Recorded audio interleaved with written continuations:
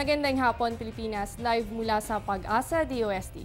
Time check po muna tayo. It's 2:57 ng hapon ayon sa Philippine Standard Time. Patuloy ang pag-iral ng hanging amihan na nakakaapekto sa Luzon at Visayas. Dulot nito ang mga pulupulong mahinang pag-ulan. Alamin naman natin ang magiging lagay ng panahon sa mga susunod na araw. Unahin natin sa Baguio City. Maganda ang maasahang panahon sa unang araw ng buwan ng Marso. Asahan din ang bahagyang pagtaas ng temperatura dyan na may 13 to 23 degrees Celsius. Ganun pa man makakaranas ng isolated light rain sa darating na Linggo at Lunes. Dito naman sa Metro Manila, good weather ang weekends natin. Yan ay magtutuloy-tuloy hanggang Lunes. Kaya sa mga nagnanais mamasyal, isama na ang buong barkada.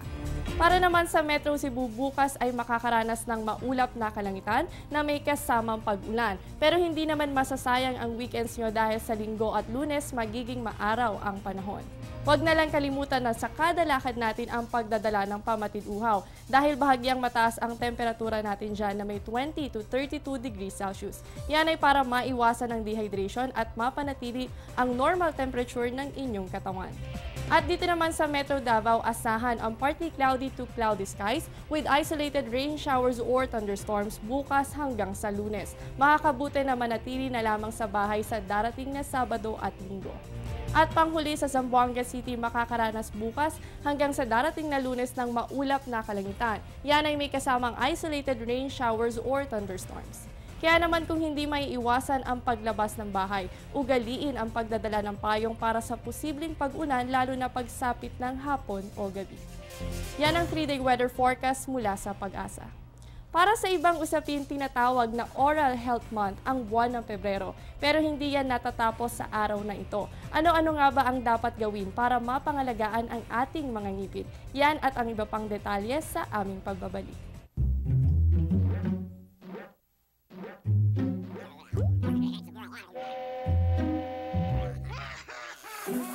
Worried kung nasaan ang package mo?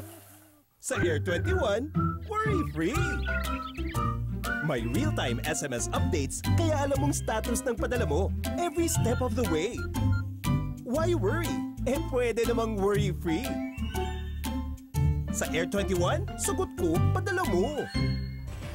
Dental care for a healthier smile. Yan ang adhikain ngayong Oral Health Month. Importante na mapangalagaan ang ating mga ngipin dahil dito nagaganap ang first stage of digestion. Ito rin ang dahilan kung bakit tayo nakakapagsalita ng maayos. At para mapangalagaan yan, regular dapat ang pagsisipilyo ng ngipin at least twice a day. Ugaliin din ang pagpapalit ng sipilyo kada 3 buwan. Pagkatapos magsipilyo, ugaliin din ang pagfo-floss ng ngipin. Yan ay para masiguro ang kalinisan ng mga ngipin hanggang sa mga pagitan nito. Importante din ang pagsunod sa proper diet. Bawasan ang pagkain ng matatamis. Ipalit na lang ang pagkain ng mga prutas at gulay. Siyempre, kailangan din umiwas sa bisyo gaya ng pag-inom at paninigarilyo. Yan ay para maiwasan ang paninilaw ng ngipin.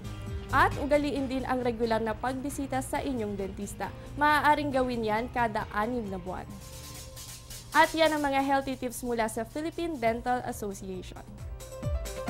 Yan muna ang latest mula sa Pag-asa, DOST.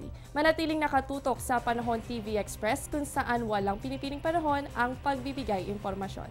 Please check our official social media accounts and website para sa komprehensibong ulat panahon. Ako ang inyong weather buddy, Jessie Basco, na nagsasabing walang dadaig sa taong may alam at laging handa. Magandang hapon.